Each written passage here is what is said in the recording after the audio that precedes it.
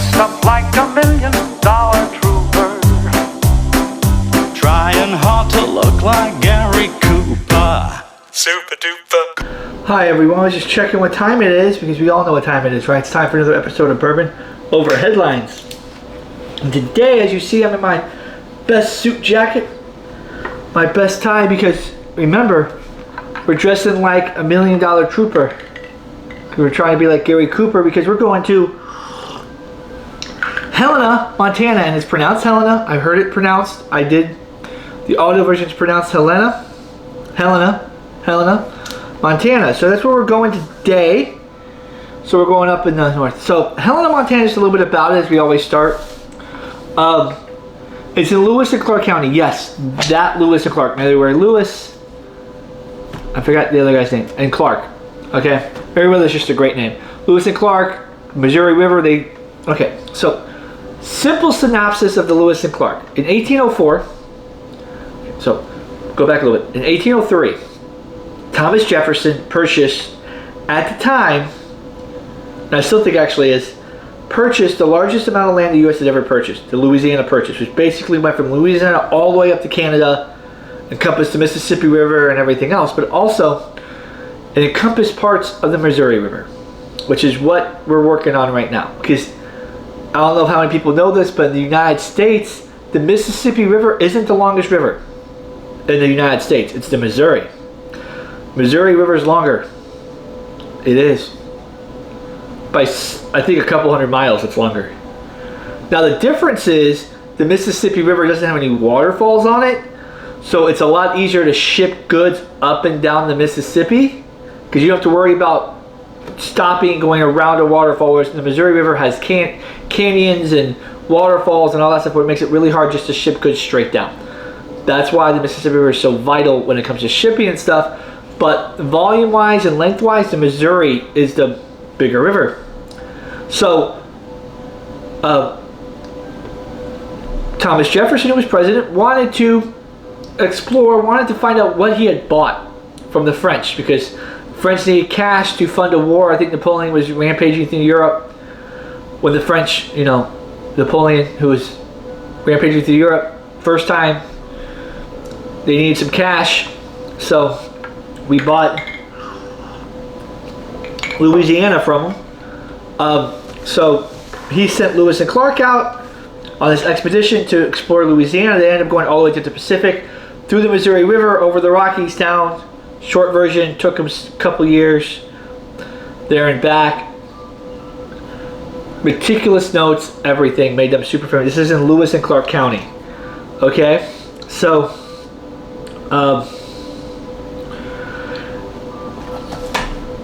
Helena was known as basically a gold boom town.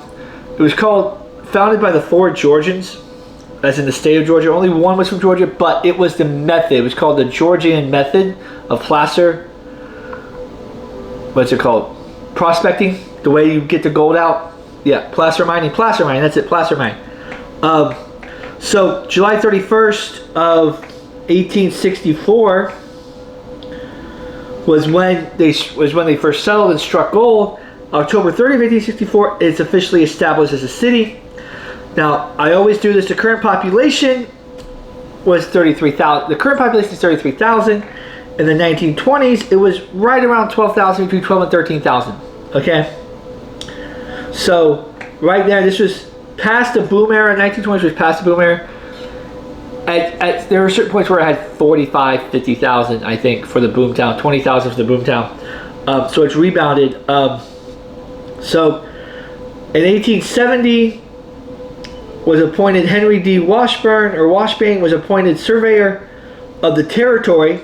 Now, he not only just did Montana, he did Wyoming and everything else. He helped survey part of the land that would become Yellowstone National Park.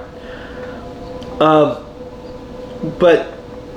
it was part of the Montana territory. So before you become a state, you have to have so many people to become a state. I believe it's 600,000 people. I believe. At least it is now. To become statehood. So before then there was territories. Like territories would encompass, like the Louisiana territory is one territory. Before it got broken into certain parts and then all those became states. So he's known for that. By 1888, $50 million, which is about $3.6 billion today of gold. Gold, again, there's gold in them there hills, was mined from the surrounding areas of Helena, Montana. Mostly from 1864 through 1890, a lot earlier. Usually it's about 1880s is when it stops, but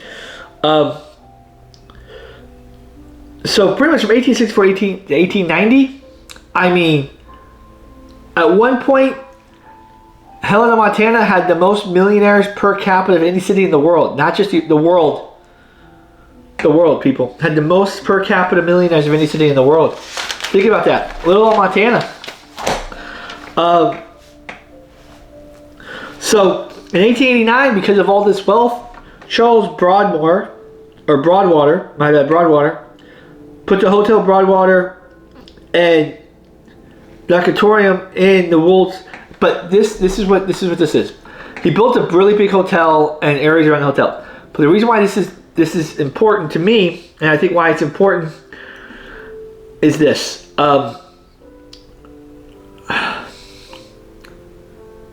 It had the first indoor swimming pool in the entire country, or one of the world's first indoor swimming pool at a hotel and resort. So you remember now we're in Montana. There's some nasty winters there. You can't go swimming outdoors unless you want to get cold. Can't go swimming outdoors. I don't know if it was heated right there, but this is indoors, so you can heat the room around it. The water's not going to get cold if the room around it's heated. The water's not going to freeze if the room is heated.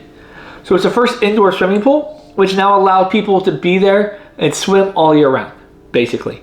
And that was in 1889 where we had one of the world's first indoor swimming pools. I believe it was the first in the Americas, in the United States, maybe not the world, but one of the world's first. Think about that. In Montana, not New York City, not San Fran, not Chicago, Montana. Helena, Montana. Okay? So, the whole reason for this gift, and the whole reason because we're putting on the Ritz tonight, we're looking at this. Gary Cooper was born near Helena, Montana. Yes, that Gary Cooper, you know. Guy look like Gary Cooper? Yeah, that Gary Cooper was born a couple movies, Sergeant York, High Noon. Now, Sergeant York, great figure from World War I. Actually, pretty good movie. Also, Dirk Benedict. So anyone who grew up in the 80s, anyone who likes classic TV, Dirk Benedict, he was Faceman. He was Templeton Peck / Faceman from the A-Team. So yeah, he was the one who was always the guy trying to get the scamming all the stuff, getting all the materials, yeah. Sean O'Malley is a UFC fighter. Isaac Birch, who's the founder and lead singer of the band Modest Mouse. Nicolette Larson, who's a singer, who did a lot with Linda Ronstadt. They're all from Helena and the surrounding area. So that's a very interesting group of people. There's more, but that's the biggest ones that people would know across the varying spectrums. Now, Putting on the Ritz. It was a song written originally by Irving Berlin in the 1920s. Their lyrics were redone in 1946, and those are the lyrics that have Gary Cooper in them. It was also remixed and done as a synth pop track in the 80s by Taco. So that's maybe why people know this song, is that it was a hit in the 80s, redone as a hit in the 80s, a synth pop by Taco. Yeah, Taco was a group in the 80s. He was a singer. 80s were a weird time for music. If you think today's a weird time for music, check out the 80s, okay?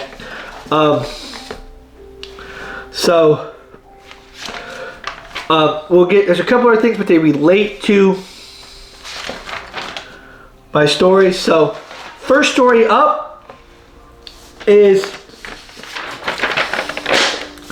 annual cleanup starts on Monday. City will provide teams, and the mayor asks that the rubbish be ready to remove. So, now, in the world today, we tend to have, let's do a bunch of city cleanups. Let's go around, organizations, Kiwanis, Rotary, whatever, they all do this. Let's do the city cleanup, go around and clean up the city. pick up trash, do all that. You see it on highways.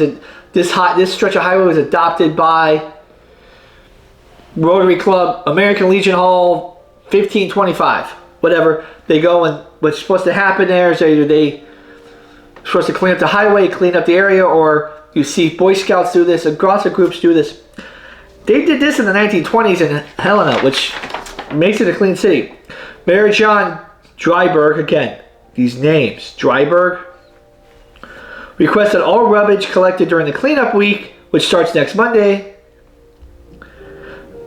be deposited in places accessible to teams and wagons that most convenient places to be selected. So they're going to basically put it in places the mayor wants it in certain places so that things can come up and pick it up and deposit it properly. You just don't want to take it out in the woods and do this.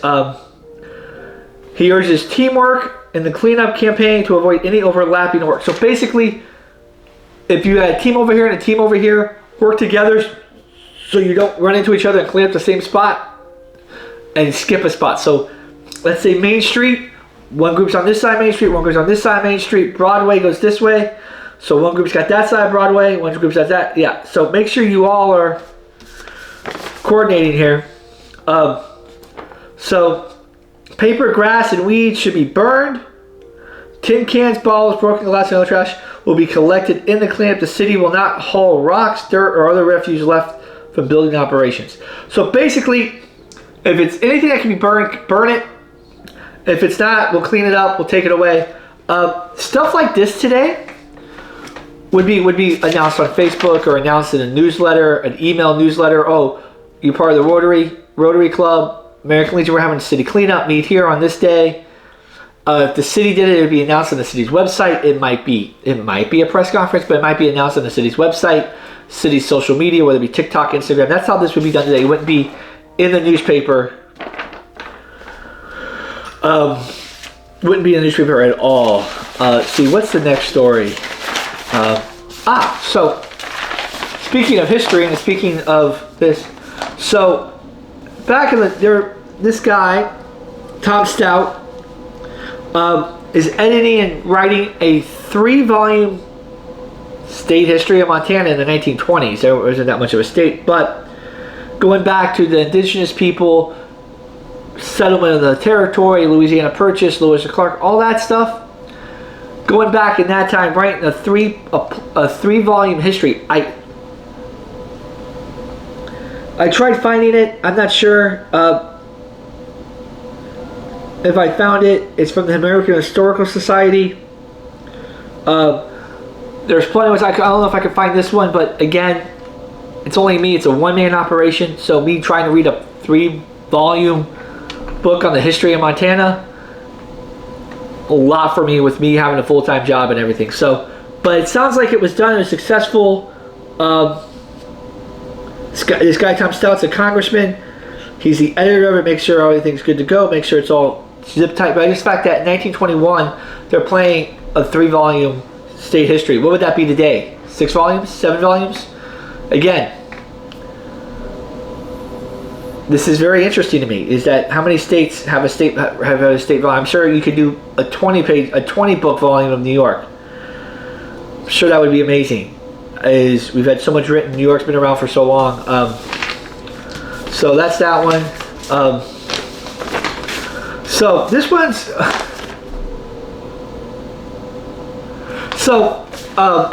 There was a couple stories recently that broke about certain national parks waiving appointments and waiving fees, basically making them free without appointments. Anyone can come in. There were stories about the traffic being horrendous in certain national parks. I think Yellowstone was one of them. So I found that I saw this story that reminded me. It says park traffic ahead of 1922. Last season's record broken by August 15th of this year. So up there in Montana, Wyoming, the park can't be open can't be open all the time. Sometimes it has to close in winter due to storms and stuff.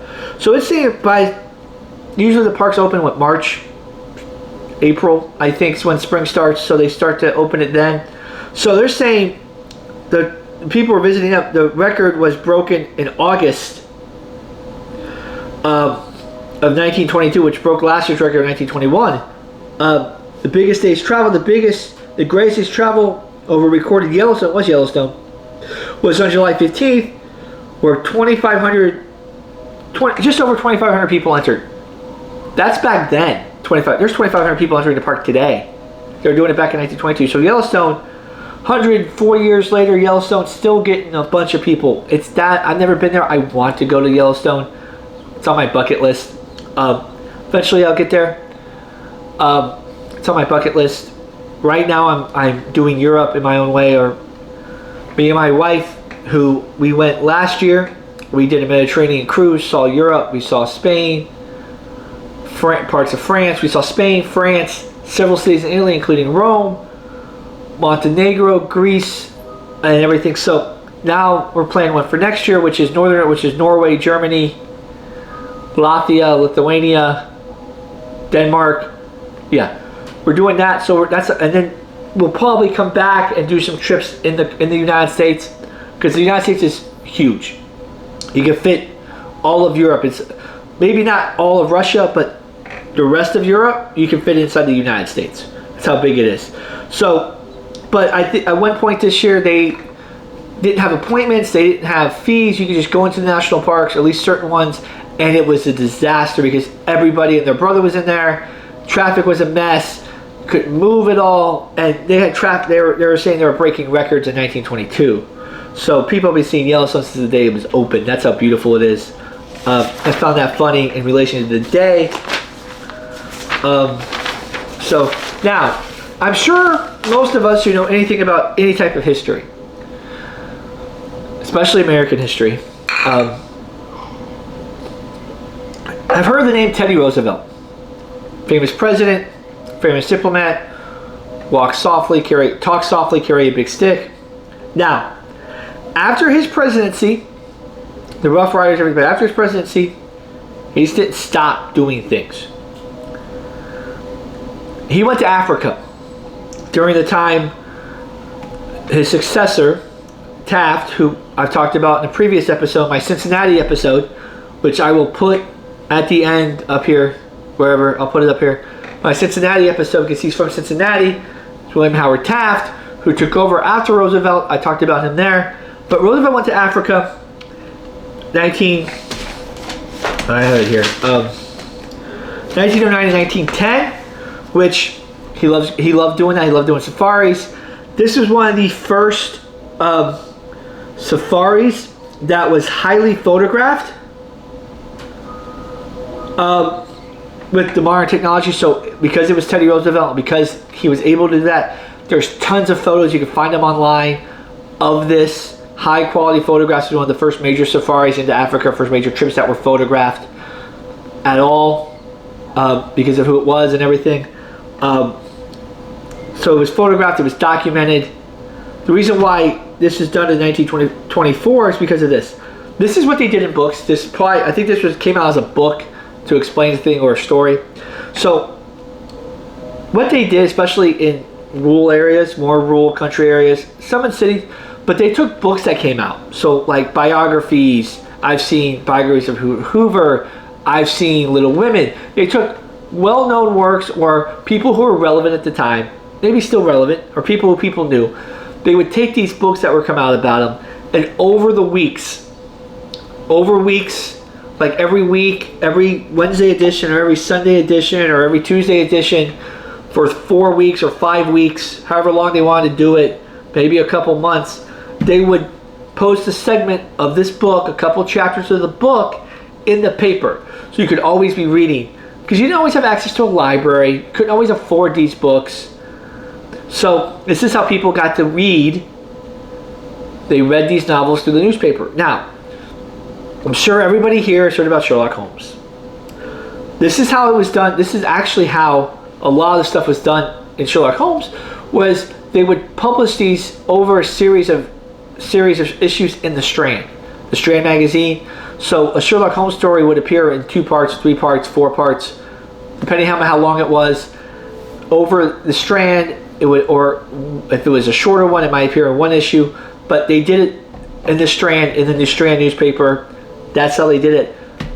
American papers did many novels with Roosevelt in Africa.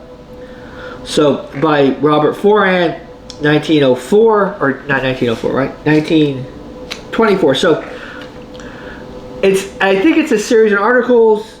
We begin here today. So yeah, it's a book. I think they made this a book, and then they're publishing this book in the paper, so people can read it all over the country and all over the world. But it's about Roosevelt in Africa. It was a very landmark safari because Teddy Roosevelt back then, especially in 1909, he was just coming off the presidency.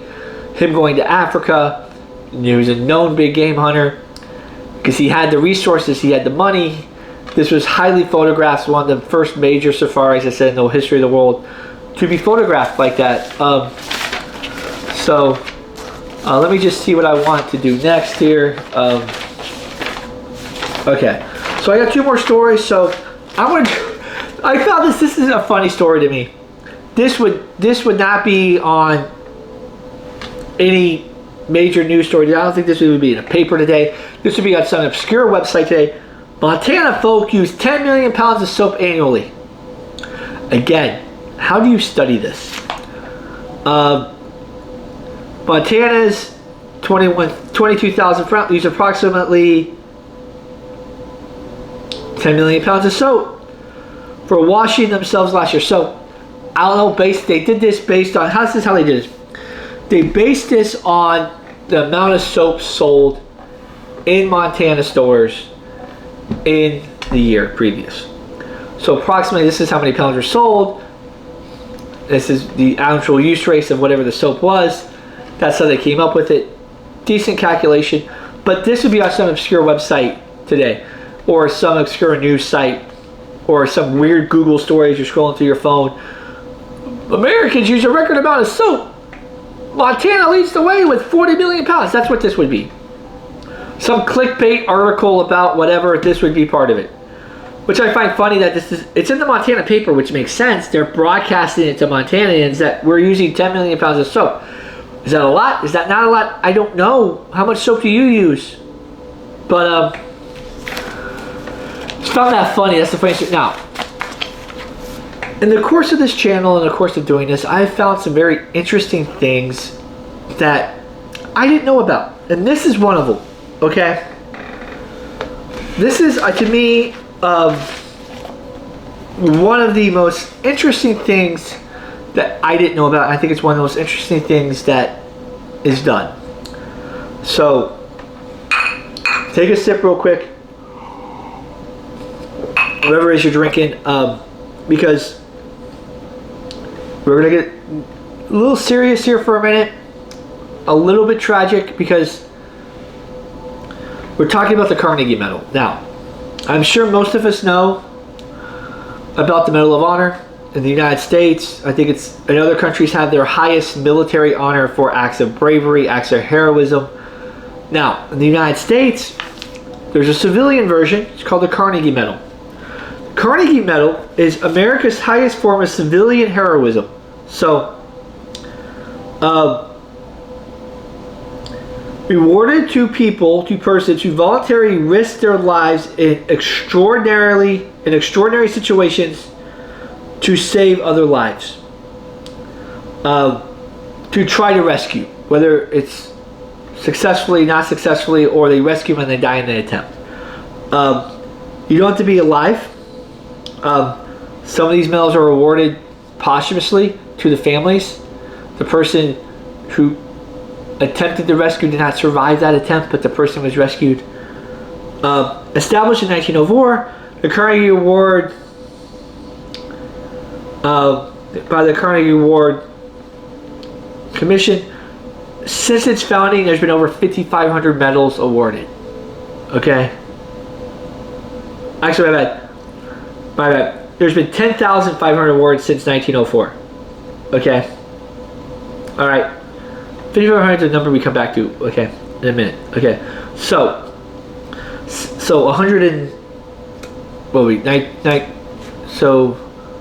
122 years. There's been 10,000 awarded. That's not with all the people in the world. That's not a lot of medals. So it's a very prestigious award to be awarded. So here is a Montana hero, which it's funny, this story doesn't mention who it is. But I found that in so this is 1921, so this is probably early 21, maybe 1920.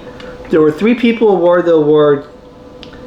In that one, tragically, four people awarded in Montana the Carnegie. Tragically, all of them died, and all of them died from drowning. So I was reading up on them. All of them tried to rescue someone, put their own life in risk, and then rescuing someone, whether it's from a lake, a river, whatever. Tragically, they all died. Now, so the $5,500 is what the recipient gets, or the recipient's family gets, just for the medal. They get the medal plus $5,500. Also, if needed, they get a lifetime of financial support, because if, let's say, if the person who does it in the family is the primary breadwinner or provides money, and now you're in straits, if you win this award, they will help out as much as they can to help you out with a monthly stipend or whatever you guys work out, to help make sure that the act of heroism, if the person who did it did die in the act, that doesn't become a burden on your family, because now the person who did it is gone, and that affects the amount of income coming in. Now this has to be an extraordinary act. It's not just, go down and save the local kid from extraordinary acts. So like a lot of these people were being drowned in a river. I think one of them was the river. It was melting. It was flooding. It was higher than normal. A 10 or 11-year-old got caught in the current. Person tried to save him. They successfully saved the kid, but they drowned in the process. Another one they're all drowning and so forth. They all are saving. So I think the people they saved got rescued, but they died in the process. So, but people survive it. So let's say you run into a burning building and you save 3 or 4 people before the firemen get there. And it's the fire that took out a 10-story building, and you save 5 or 6 people. That could be an extraordinary thing, because you're not a firefighter, you're not whatever. That could be it. The Carnegie Commission will look into that and see if you qualify for it and go from there. All right. This is an amazing award. I wish I knew about it earlier. I think this award needs to be publicized more. Now, I hate to say this, but I think this should be, if there is a ceremony that I would love to watch and have on TV today, it would be this. We see Medal of Freedoms, which is the Congressional Medal of Freedom or the Presidential Medal of Freedom given to people, whoever the presidents. But this is done by an independent commission. The Carnegie Commission, as I said. The Carnegie Commission, yeah. The Carnegie Hero Fund Commission. They do it. Don't know who's on it. I don't want to know who's on it, but I think we have candidates in our honors. This would be regular people receiving awards, or their families receiving awards, for people doing extraordinary things. This is something that needs to be publicized more, in my opinion. This will show the good in people, show that people still are willing to risk their lives and do extraordinary things to save people they don't know. Or people they do know, but a lot of times it's people they don't know. Sort of that, remember, like, things that restore faith in humanity. This needs to be something that we do more often, and we need to. I'm not saying these people need to become celebrities. I don't want them to become celebrities. That's the problem. If you televise this and start making this a thing, what's going to happen is now these people are going to get their 15 minutes of fame. There's going to be people who are like, there's always going to be a hater somewhere. But I think if we could do it in a way that was very respectful, I would love for this to be like an award ceremony that's, whether it's on YouTube or something that's televised. So, and the story of how they got it, what they did to get this medal, I think this would be great. Or maybe someone could do a documentary series, interview some current ones, some living ones, family members of ones who did it in the last 20, 25 years. This is awarded every year, or maybe not awarded every year, but awarded if they think there's reason for the award. Maybe a documentary on Netflix or something. I just think there needs to be something that shows that this medal is awarded, and that something like this happens in today's world, and it's still going on. So there's an idea. If you want to do that, maybe you can win an award. So before I go and before we get out of here, remember, always dress like a $1 million trooper. Don't forget to put on the Ritz and like, subscribe, hit that notification bell. Thank you to all my new subscribers I've had recently. Hopefully you're going to watch this. Also, I'm on Spotify, so the link to the Spotify upload will be in the description. That way, if you can't watch a YouTube video, whether you're at work or anything, you want to listen to it, you can. Also, there's a collab out there. Moondog Tarot, my wife's channel, Moondog Tarot. I go on her channel. We do a collab. I sit with her. She does her thing. We collab with it. It's a crossover. So check that out. So I'll be on there. That'll be posted soon. And this will be posted soon. So until next time, be careful out there.